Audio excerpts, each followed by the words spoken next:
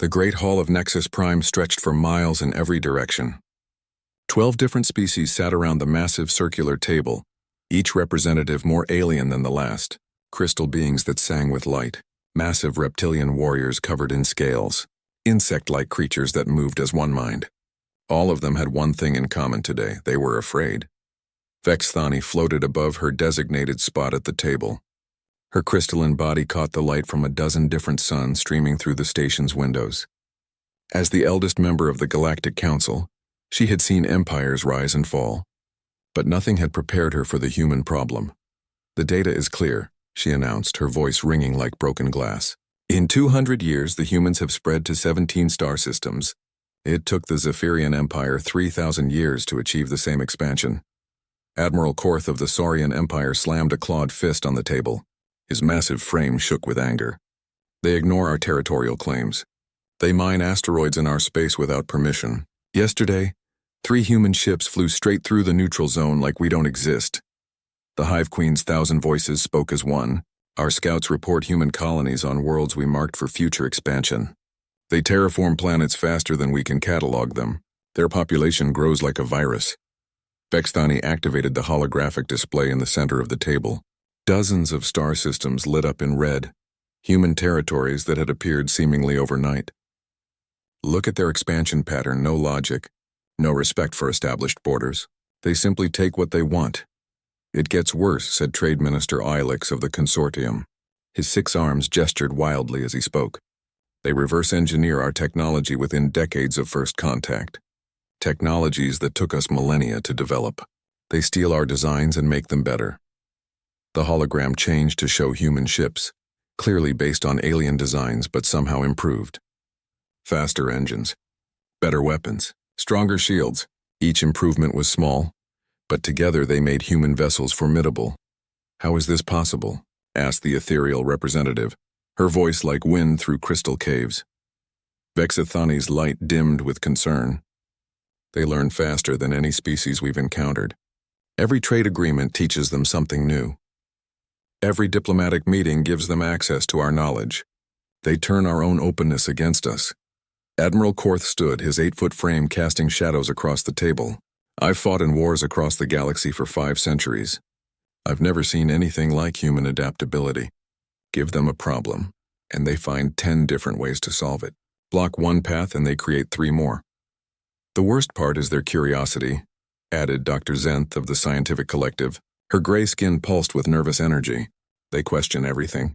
Our oldest traditions, our sacred beliefs, our time-tested methods. Nothing is beyond their examination." The Hive Queen's voices buzzed in unison. "They cannot be reasoned with. We offered them membership in the Outer Colonies program. They refused. We proposed trade limitations to slow their expansion. They ignored them. They do not understand hierarchy or proper order." Vexthani nodded gravely. "Which brings us to today's decision. The human expansion threatens everything we've built. Our territories, our trade routes, our technological advantages, all of it is at risk." She gestured, and the hologram showed new projections. Red human territories spreading like wildfire across the galaxy. At this rate, they would control 1/3 of known space within 500 years. "They must be stopped now while we still can," Admiral Korth growled. "Every day we wait makes them stronger. But surely we can find a diplomatic solution," suggested Ambassador Thren of the Peace Coalition. His blue skin flickered with hope. "We tried diplomacy," Vexthani replied coldly. 57 different negotiation attempts. They attend our meetings, nod politely, sign agreements, then do whatever they plan to do anyway. They see our attempts at civilization as weakness. The evidence was overwhelming. Human colonies had violated 17 different galactic treaties in the past year alone. They established settlements in forbidden zones, mined protected asteroid belts, and conducted dangerous experiments with technologies that should have been regulated. "There is another concern," spoke the intelligence director. "A shadowy figure whose species preferred darkness. Our spies report something disturbing. The humans are not just expanding randomly. There's a pattern. They're positioning themselves strategically around critical resources and trade routes." The hologram updated to show the pattern. Human colonies formed a rough network that, if completed, would give them control over most major space lanes in their region. "It's as if they're planning for war," the director continued. Not immediate conflict, but long-term strategic positioning. They're thinking centuries ahead. A chill ran through the assembled representatives. Species that measured time in millennia suddenly felt rushed by beings who lived less than a century each. The vote must be taken, Bexathani announced. The humans have shown they cannot coexist with galactic civilization. They respect no authority but their own. They follow no rules but what serves their interests. Left unchecked, they will consume everything. The proposal appeared on screens before each representative. Total human extermination. Complete destruction of all human colonies, ships, and infrastructure. The elimination of humanity as a spacefaring species. They brought this on themselves, Admiral Korth stated firmly. We extended friendship. They took advantage. We offered partnership. They demanded equality. We cannot allow a species with no respect for order to threaten galactic stability. One by one, the votes came in. The Saurian Empire, approve. The Ethereal Collective, approve. The Zephyrian Trade Federation, approve. Even the usually peaceful species voted for extermination. The final tally was unanimous. 12 species, 12 votes for human extinction. The order goes out immediately, Bexathani declared. All human colonies are to be destroyed. All human ships are to be eliminated. Any resistance will be met with overwhelming force. Within hours, the largest military fleet in galactic history began moving toward human space. 10,000 warships representing the combined might of 12 advanced civilizations. Technologies perfected over millions of years of warfare. Weapons that could crack planets. Shields that had never been breached. The outer human colonies were hit first. Small settlements on frontier worlds, easily overwhelmed by the massive alien fleet. The attacks were swift and thorough. Orbital bombardment reduced cities to ash. Defense platforms were vaporized in minutes. Any human ship that tried to escape was hunted down and destroyed. Colony after colony fell to the alien armada. New Shanghai with its 3 million inhabitants, gone. The mining complexes of Kepler 442b, obliterated. The research stations around Wolf 359 reduced to debris. As the fleet moved toward the inner systems, something strange happened. The remaining human colonies went silent. Not destroyed, silent. Their communication arrays stopped broadcasting. Their ships disappeared from sensor scans. Even their orbital installations seemed to vanish. They're surrendering, Admiral Korth reported with satisfaction. The outer colony destructions have broken their spirit. The remaining humans have powered down their systems in preparation for surrender. But when the fleet reached the inner human systems, they found something unexpected. Empty space. The colonies were gone, but not destroyed. Evacuated. Every human settlement, every orbital platform, every mining operation, abandoned but intact. Earth itself was the biggest surprise.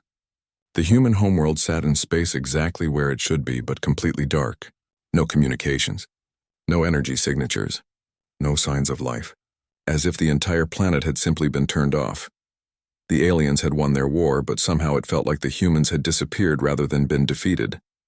And in the empty space where human civilization once thrived, a single message broadcast on all frequencies, repeating endlessly in every known language. We remember our dead. 3 months had passed since the last human colony went dark. The Galactic Council celebrated their swift victory with grand ceremonies on each member world. Trade routes that had been disrupted by human expansion reopened. Mining rights were redistributed among the 12 species. Everything seemed to return to the proper order that had existed before humanity discovered faster-than-light travel. Admiral Korth stood on the bridge of his flagship, the Dominance, reviewing patrol reports from former human territory. His massive clawed hands sorted through data tablets as his officers waited for orders. The Saurian Empire had been granted the choicest former human worlds, planets with perfect climates and rich mineral deposits. Admiral, his communications officer hissed. The merchant vessel Prophet's Edge has missed its scheduled check-in. Korth barely looked up from his reports. Probably engine trouble. These civilian captains pushed their ships too hard trying to make quick profits from salvage operations. But over the next week, more ships failed to report. First, the Zephyrian science vessel Discovery went silent, while surveying a former human research station. Then a hive-mind colony transport disappeared somewhere between Kepler 442b and the neutral zone. Each incident alone meant little, but together they formed a pattern that made Korth's scales itch with unease. The pattern became impossible. to ignore when they found the stellar wind drifting empty in space. The ethereal merchant ship hung dead in the void, all systems powered down but undamaged. When Korth's boarding team cut through the airlock, they found the corridors empty. No bodies, no signs of struggle. The cargo hold that should have been full of salvaged human technology was completely bare. "Where is the crew?" demanded Lieutenant Vash, Korth's second-in-command. The ship's computer provided no answers. Most of the memory banks had been wiped clean, leaving only basic operational data. But in the communication array, the boarding team found something that made their blood run cold. A message set to broadcast on all frequencies. "We remember our dead." The same message that had echoed from empty human space for months. But now it was coming from inside an alien ship. Reports flooded in from across the galaxy. The peaceful ethereal collective lost 3 research stations in 1 week. The Zephyrian Empire reported mining platforms going dark without explanation. Even the mighty hive mind found entire scout swarms vanishing without sending distress calls. In each case, the pattern was the same. No signs of battle. No debris fields. No distress signals. Facilities and ships would simply stop responding, and when investigation teams arrived, they found empty hulls and that same haunting message. The council reconvened in emergency session, their celebration mood replaced by growing concern.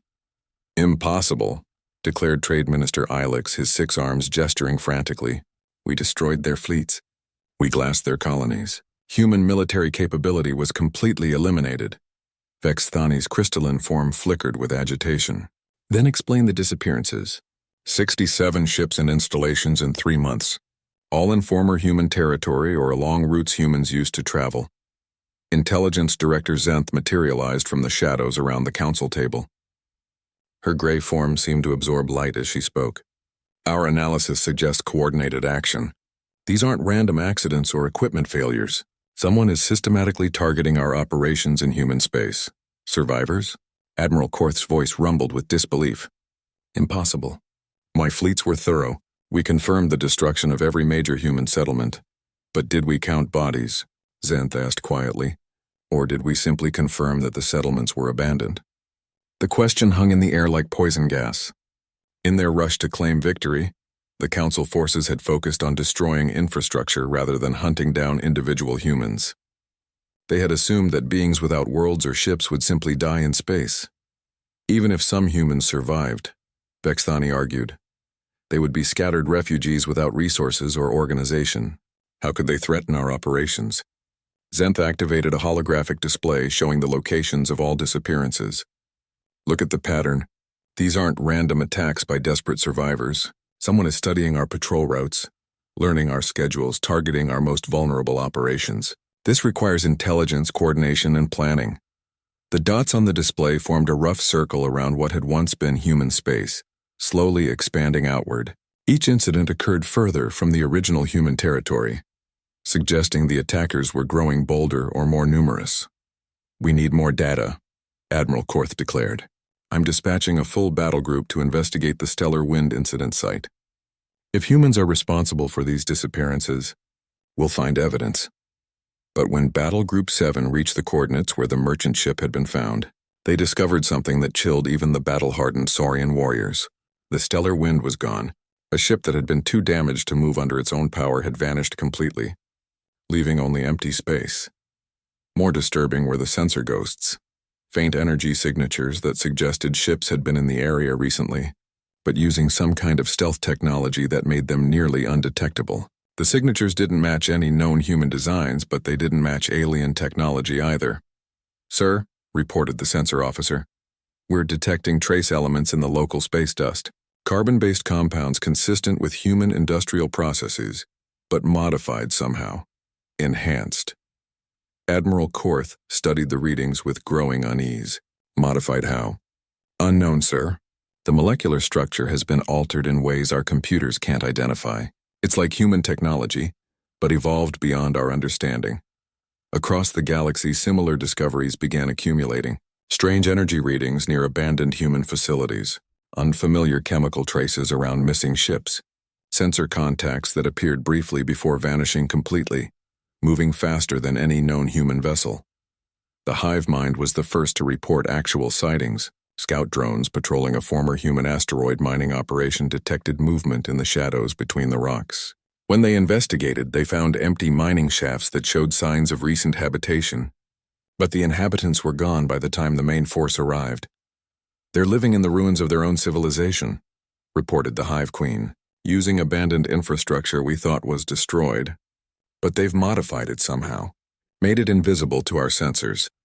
Dr. Zenth's investigation teams found more evidence in the wreckage of human facilities, hidden compartments that hadn't existed in the original blueprints, jury-rigged systems that combined human technology with salvaged alien components, signs that someone had been systematically stripping useful materials from the ruins. "They're rebuilding," she reported to the emergency council session. "Not their old civilization, but something new. Something designed specifically for this situation." The final piece of the puzzle came when a Zephyrian patrol intercepted a brief transmission between two unknown contacts. The message was encrypted with human protocols, but the encryption had been enhanced with alien mathematical concepts that should have taken decades to master. When the code was finally broken, the message was simple but terrifying. Phase 1 complete. Ready to begin Phase 2. Vexathani felt her crystalline structure resonate with fear. Phase 1 of what? How long have they been planning this? Intelligence Director Zenth's form seemed to fade into the shadows as she spoke. "Based on the evidence, since the day we issued the extermination order, maybe even before, they didn't just evacuate their colonies. They prepared for this war." Admiral Korth's claws scraped against the council table. "War? These are scattered survivors hiding in asteroid fields. What kind of war could they possibly fight against the combined might of 12 species?" His answer came 3 days later, when every military communication relay in Saurian space went offline simultaneously. "Not destroyed, taken over." For exactly 60 seconds, every Saurian military frequency broadcast the same message in perfect Saurian dialect. "We remember our dead, and we remember who killed them. The war that the Council thought they had won was only beginning, and humanity was fighting it by rules that the aliens didn't understand." The attack on the ethereal crystal farms came without warning. One moment the prismatic forests of Kepler 442b hummed with peaceful energy harvesting. The next, shadows moved between the crystal trees like ghosts made of darkness and silence. Farm Supervisor Lith was conducting his morning inspection when the first explosion shattered the morning calm. But it wasn't random destruction. Someone had surgically targeted the main processing plant's weakest structural point. The building collapsed in on itself, trapping workers inside, but leaving the valuable crystal formations completely undamaged. "Security teams to Sector 7, Lith commanded through his communication crystal, but the response that came back was static. Then screaming, then silence. The attackers moved through the crystal farms with impossible precision. They knew exactly which facilities to hit and which to avoid. They understood the layout better than some of the workers who had been there for decades. Most disturbing of all, they seemed to bend light around themselves, becoming nearly invisible among the reflective crystal formations. When ethereal security forces finally responded to the emergency beacon, they found chaos. Half the processing facilities had been systematically dismantled. Key personnel were missing. The most advanced harvesting equipment had vanished completely. But there were no bodies, no obvious signs of who had done this.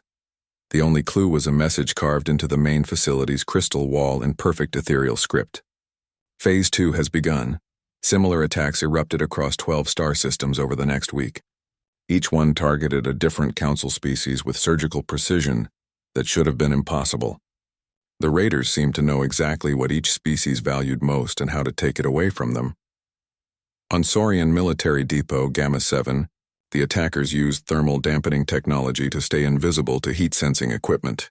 They moved through heavily defended installations like they weren't there, stealing weapons and equipment while leaving.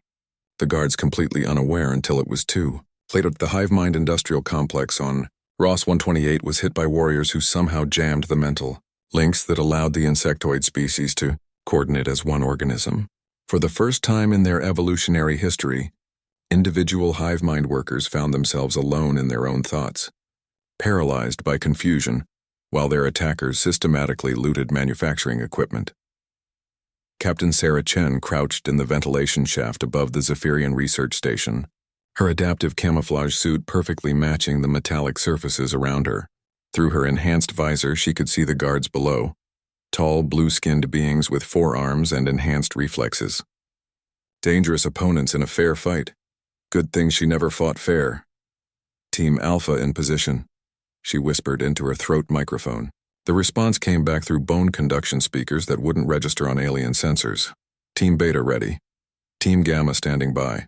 30 humans total, spread throughout the station like a virus in a computer system. They had been infiltrating the facility for 6 days, posing as maintenance workers, food service staff, and cleaning crews. The aliens were so convinced of human extinction that they never looked for the predators living among them. Remember, Sarah continued, we need the quantum research data intact. Kill the lights in 60 seconds, then move to your assigned targets. Non-lethal takedowns only. We need prisoners for intelligence gathering. She checked her equipment one final time. The weapons were alien in design but human in modification. Zephyrian stun weapons modified with Saurian power cells and ethereal targeting systems. Each piece of gear represented months of study, reverse engineering, and improvement. The lights went out exactly on schedule. Emergency illumination kicked in 3 seconds later, but by then Sarah's team was already moving. They flowed through the station like water, each human knowing exactly where to go and what to do. The Zephyrians never had a chance. Their enhanced reflexes meant nothing when they couldn't see their attackers. Their 4 arms provided no advantage when stunner bolts dropped them before they could draw weapons. Within 7 minutes, the entire research facility was under human control. Primary objective secured, reported Team Alpha leader Marcus Webb. Research data copied, key personnel captured, equipment ready for extraction. Sarah allowed herself a moment of satisfaction. 6 months ago, they had been scattered refugees hiding in the ruins of their civilization. Now they were the most effective military force the galaxy had ever seen, not because they were stronger or faster than their enemies, but because they were smarter. Extraction ships inbound, she announced. Package everything. We move out in 10 minutes. The human fleet that arrived to collect the raiding team bore no resemblance to the ships that had been destroyed in the first wave of attacks. These vessels were smaller, faster, and nearly undetectable. They combined human engineering with technology stolen from a dozen different species, creating hybrids that were better than the original designs. The Persistence was Sarah's personal ship, a Corvette-class vessel that had started life as a human scout ship. But after months of modification, it could outrun Saurian fighters, outmaneuver Zephyrian interceptors, and remain invisible to ethereal sensors. Its hull was crafted from crystalline materials that absorbed enemy scanner beams. Its engines used hive mind efficiency principles to extract maximum power from minimum fuel. As the raid fleet departed Zephyrian space, Sarah reviewed the intelligence they had gathered. The quantum research data would allow human scientists to develop better stealth technology. The captured personnel would provide information about alien military capabilities. Most important of all, the attack would send a message to the Galactic Council. Humanity was not extinct. They were evolving. Captain, called her navigation officer, Lieutenant David Park. We're receiving reports from other strike teams. Operation Payback is proceeding ahead of schedule. The holographic display showed attack sites across Council space. Red markers indicated successful raids. Yellow showed operations in progress. Green represented intelligence gathering missions that had been completed without the aliens even knowing they'd been penetrated. The ethereal crystal farms netted us advanced energy. Manipulation technology, Park continued. The Saurian Depot raid captured enough heavy weapons to outfit 6 more strike teams. And the hive mind industrial complex gave us manufacturing equipment that will triple our production capacity. Sarah nodded with grim satisfaction. Each raid served multiple purposes. They weakened enemy capabilities while strengthening human resources. They gathered intelligence while demonstrating human reach. Most importantly, they created fear and uncertainty among species that had grown comfortable with their position at the top of the galactic hierarchy. What about Council response? She asked.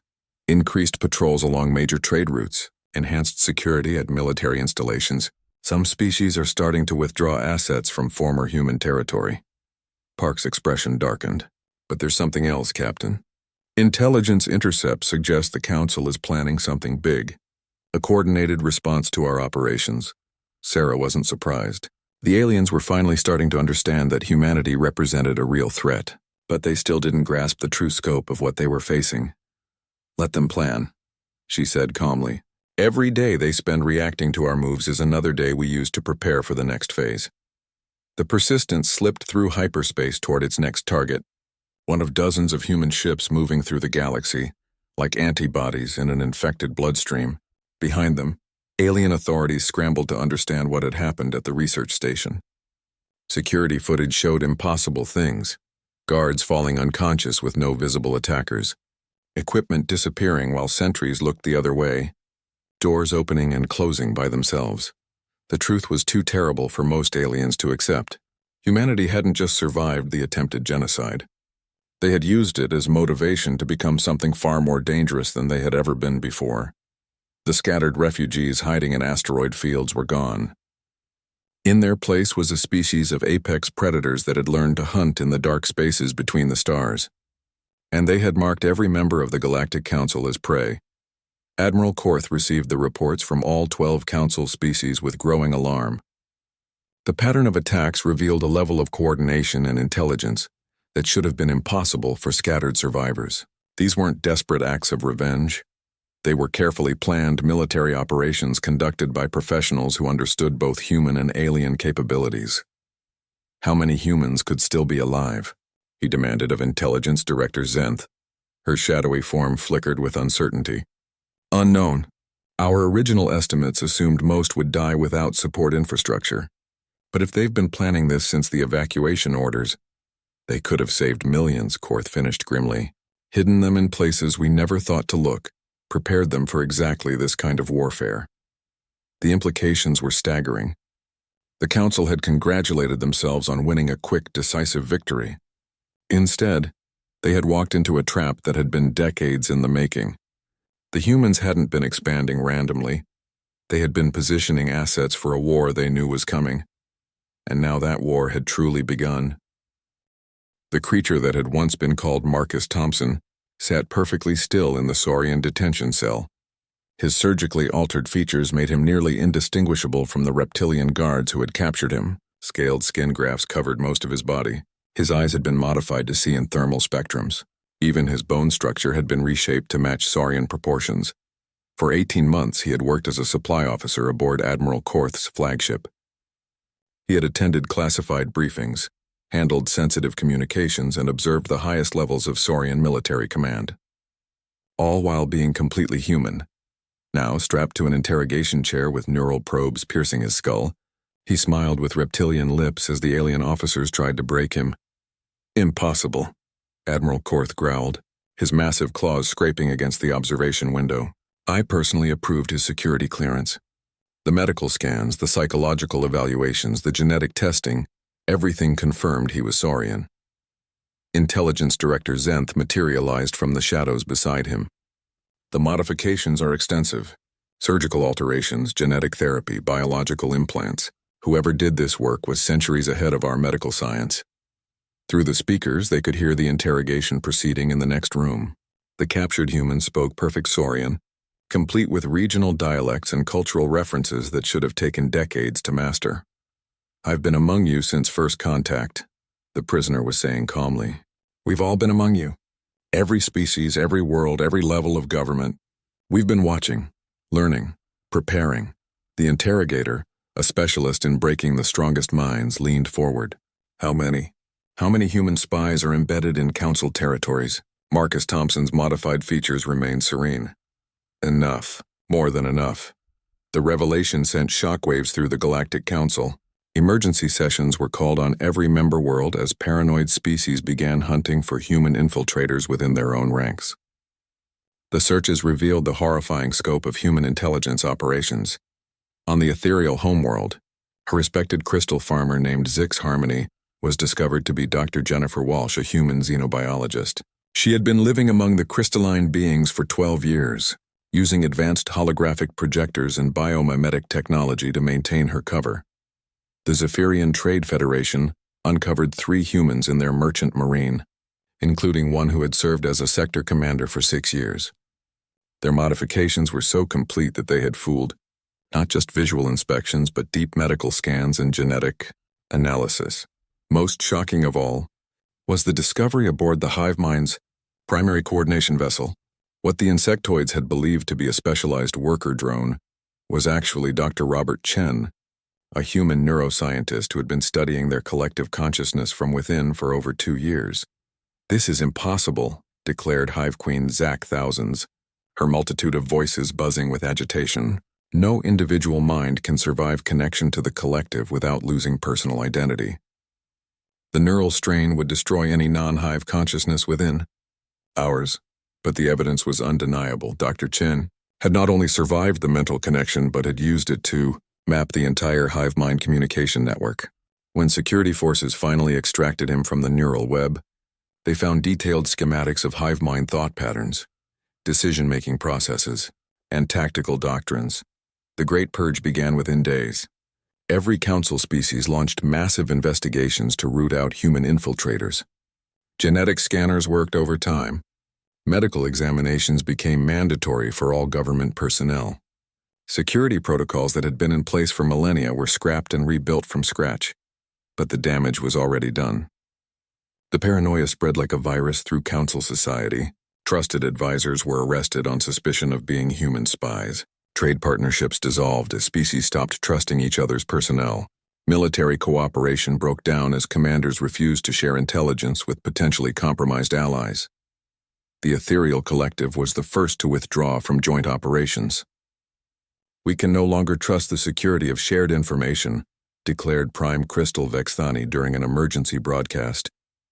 "Until we can guarantee the integrity of our communications, the ethereal worlds will operate independently." The Saurian Empire followed suit, pulling their fleets back to home territory. The Zephyrian Trade Federation suspended commercial agreements with other council species. One by one, the alliance that had ruled the galaxy for thousands of years began fragmenting under the weight of mutual suspicion. Admiral Korth found himself commanding an empire that was eating itself alive. Military officers were being arrested daily on suspicion of human collaboration. Trade routes were collapsing as merchant ships refused to enter potentially compromised systems. Even his own staff eyed each other with suspicion during briefings. "The humans are winning without firing a shot," he admitted to his security chief during a private meeting aboard the Dominance. "They've turned our strength, our cooperation, into our weakness." The security chief, a veteran warrior named Vash, nodded grimly. "Intelligence estimates suggest the purges have eliminated more council personnel in 6 months than human raids destroyed in the previous year. We're doing their work for them." Meanwhile, human operations continued to escalate in both scope and audacity. Strike teams hit targets deeper in council space, sometimes conducting multiple raids simultaneously across different sectors. Their intelligence was so perfect that they seemed to anticipate council responses before the aliens even made decisions. The breakthrough came when Admiral Korth's analysts realized the truth about human intelligence gathering. It wasn't just about embedded spies. It was about something far more comprehensive and terrifying.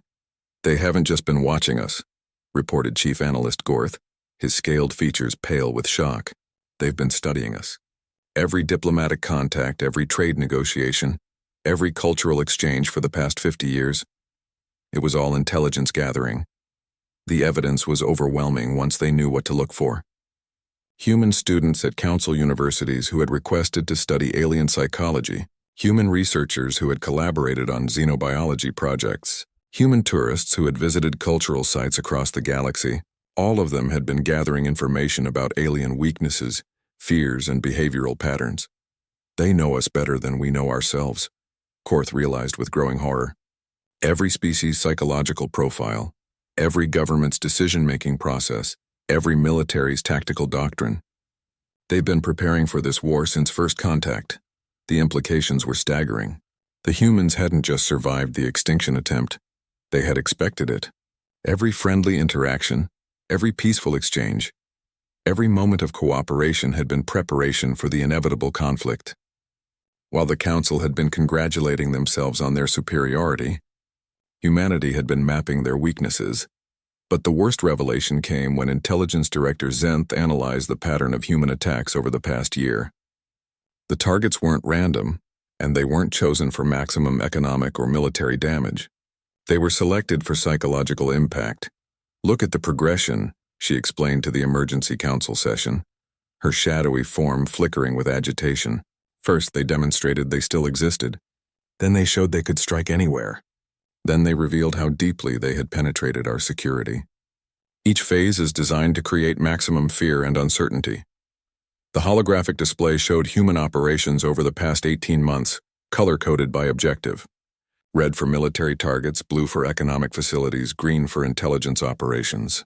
But when viewed together, they formed a pattern that was far more sophisticated than simple warfare. They're not trying to destroy us, Zenth continued. They're trying to make us destroy ourselves. Every attack increases paranoia. Every revelation breaks down trust. Every successful operation makes us question our own security. Admiral Korth studied the display with the eye of a veteran military strategist. It's working. The Council hasn't been this divided since the Zenith Wars 3,000 years ago. Species are withdrawing from joint operations. Intelligence sharing has stopped. Some members are even threatening to leave the Alliance entirely. As if summoned by his words, emergency alerts began flashing across the communication boards. The Peaceful Coalition had just announced their withdrawal from all Council military operations. The scientific collective was severing research partnerships with other species. Even the stalwart Trade Federation was considering pulling out of joint economic agreements. The humans have achieved in 18 months what no enemy has accomplished in millennia, Vexathani observed, her crystalline voice heavy with defeat. They've broken the unity that made us strong. But even as the Council alliance crumbled, human operations continued to expand. Their raids grew bolder, their intelligence more precise, their technology more advanced. Each success brought them closer to something that the fragmented Council members couldn't see, a final objective that would make all their previous victories seem like mere preparation. In the dark spaces between stars, aboard ships that existed in the shadows of known space, the emergency summit on Nexus Prime was meant to be the Galactic Council's final stand. Representatives from all 12 species gathered in the heavily fortified station, surrounded by the largest defensive fleet ever assembled. Admiral Korth commanded over 15,000 warships positioned throughout the system.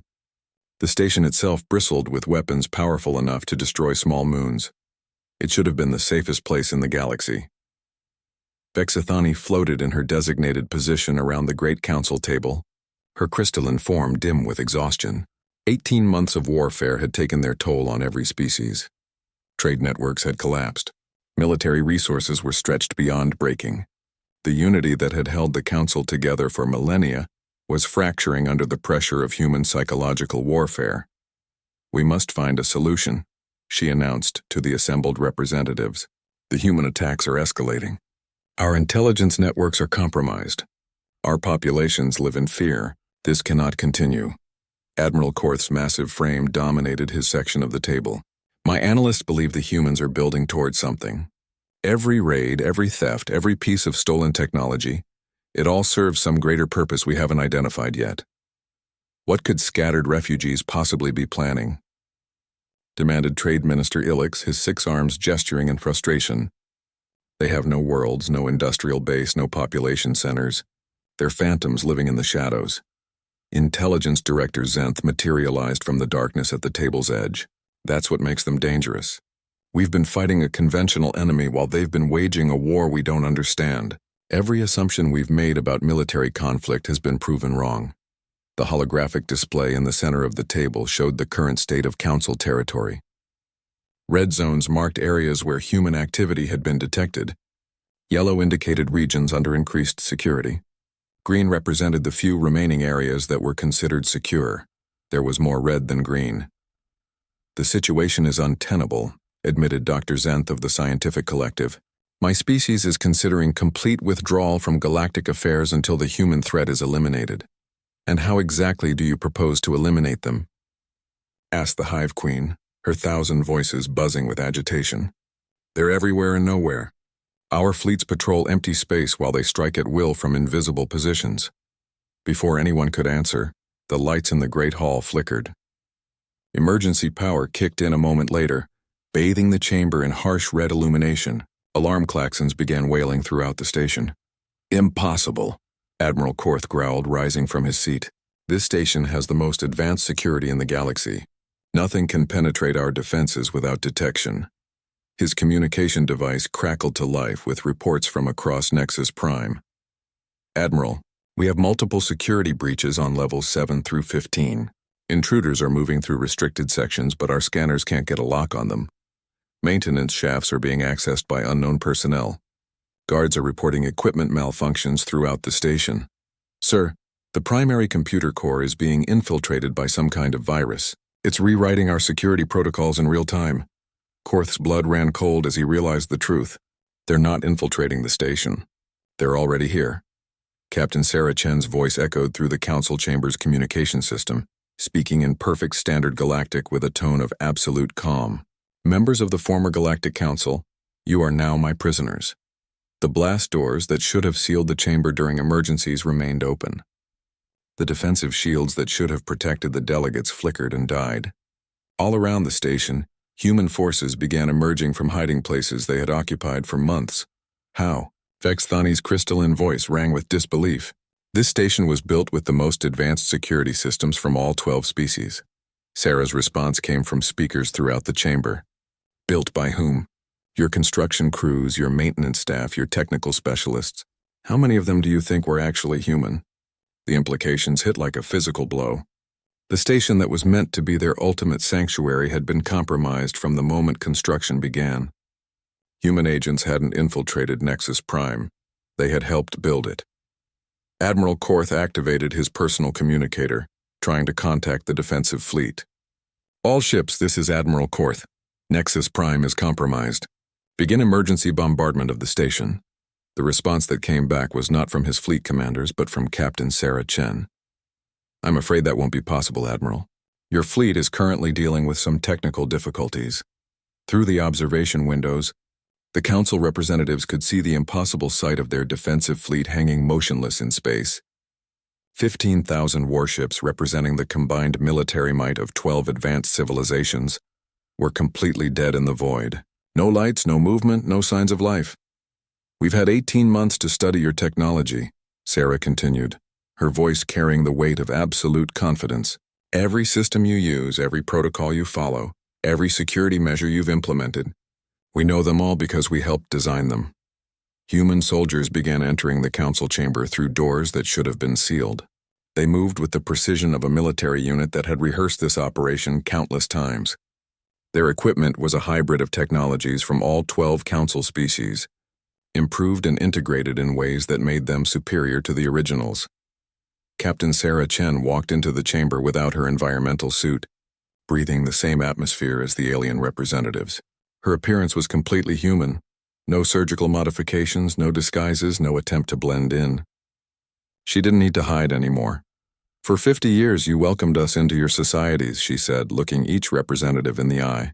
You invited us to your universities, your trade centers, your research facilities. You were so proud of your advanced civilizations, so eager to show us how much better you were than the primitive humans. She gestured to her soldiers, 30 humans who represented millions more scattered throughout the galaxy. We learned from the best teachers in the universe, your own people. Admiral Korth's claws scraped against the table as he struggled to understand the scope of what he was seeing. This is impossible. We detected no signs of major human military buildup.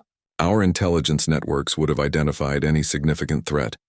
Sarah smiled, and there was nothing pleasant about the expression. Your intelligence networks were built on the assumption that humans were an inferior species that could be monitored and controlled. You never considered that we might be monitoring you. The holographic display changed to show the true extent of human operations throughout the galaxy.